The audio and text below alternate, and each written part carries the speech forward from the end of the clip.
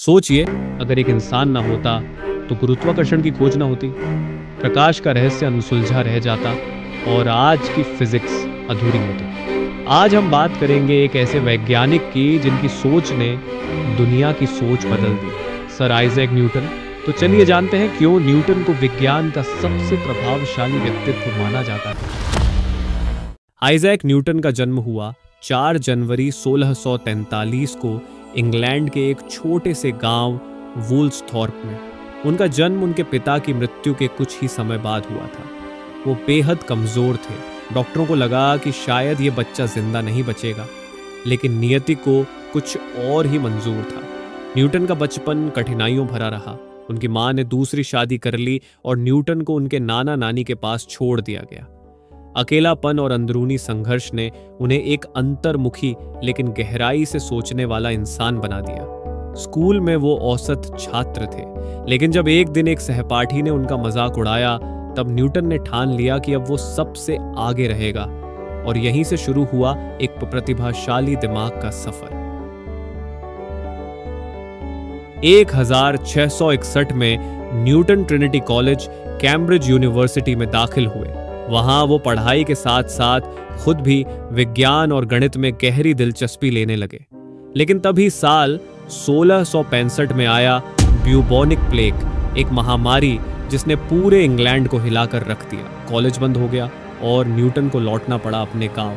लेकिन जहां लोग इस समय को बर्बादी मान रहे थे, वहीं न्यूटन ने इसे अपनी सबसे बड़ी खोजों का समय बना दिया।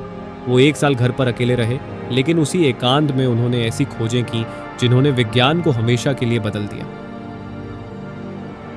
जब न्यूटन अपने गांव में थे, उन्होंने जो सबसे पहली बड़ी खोज की वो थी कैलकुलस। अब आप कहेंगे कैलकुलस, वो भयंकर मैथ्स? जी हाँ, वही। लेकिन बिना कैलकुलस आज की फिजिक्स, इंजीनियरिंग और कंप्यूटर साइंस की कल्पना भी नहीं की जा सकती। न्यूटन ने यह सोचा कि अगर कोई वस्तु लगातार गति बदल रही है तो उस परिवर्तन को कैसे मापा जाए। यहीं से उन्होंने डिफरेंशियल और इंटीग्रल कैलकुलस का बीज बोया। बाद में जर्मन गणितज्ञ लाइबनिट्ज ने भी अलग ढंग से कैलकुलस विकसित किया, लेकिन न्यूटन का योगदान सबसे पहले था।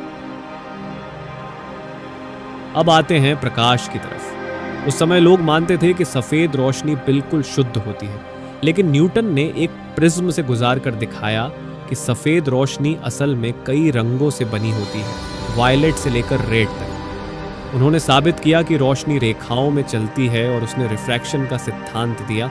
उन्होंने खुद एक टेलीस्कोप भी बनाया, रिफ्लेक्टिंग टेलीस्कोप, जो आज भी एस्ट्रोनॉमी में इस्तेमाल होता है। अब आते हैं उनकी सबसे चर्चित खोज पर, गुरुत्वाकर्षण का सिद्धांत। कहानी तो आपने सुनी ही होगी। एक दिन न्यूटन सेब के पेड़ के नीचे बैठे थे और एक सेब उनके सामने गिरा। उन्होंने सोचा, सेब नीचे क्यों गिरा, ऊपर क्यों नहीं? यही सवाल उन्हें ले गया उस रहस्य तक जिसे हम ग्रेविटी कहते हैं। ग्रेविटी यानी गुरुत्वाकर्षण न्यूटन ने सिर्फ सेब से नहीं, तोप के गोले से भी समझा। कैसे? कल्पना कीजिए, एक बहुत ऊंचे पहाड़ की चोटी पर न्यूटन ने एक तोप रखी। अब अगर वो गोला धीरे दागते, वो थोड़ी दूर जाकर जमीन पर गिर जाता, थोड़ा और तेज और दूर गिरता।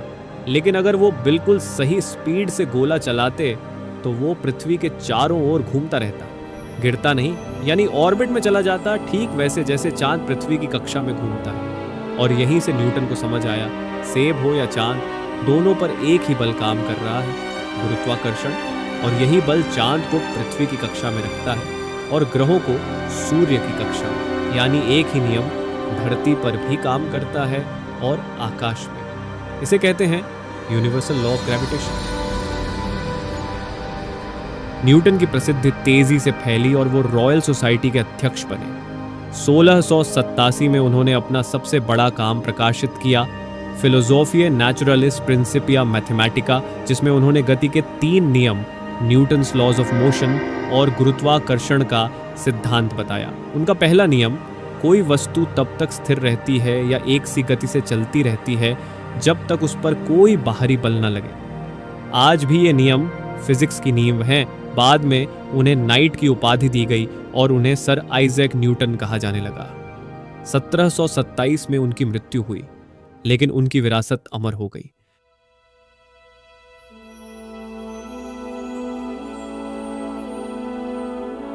न्यूटन ने एक बार कहा था, अगर मैंने और दूर तक देखा है तो इसीलिए कि मैं दिग्गजों के कंधों पर खड़ा था। उन्होंने हमें सिखाया, सवाल पूछो, चीज़ों को समझो और कभी मत रुकना। आज भी उनके सिद्धांत हमारी दुनिया, हमारी तकनीक और हमारी सोच का आधार है।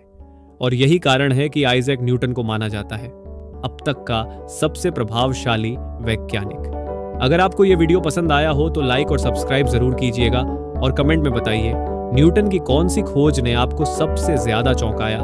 मिलते हैं अगली वीडियो में, तब तक के लिए बहुत बहुत धन्यवाद।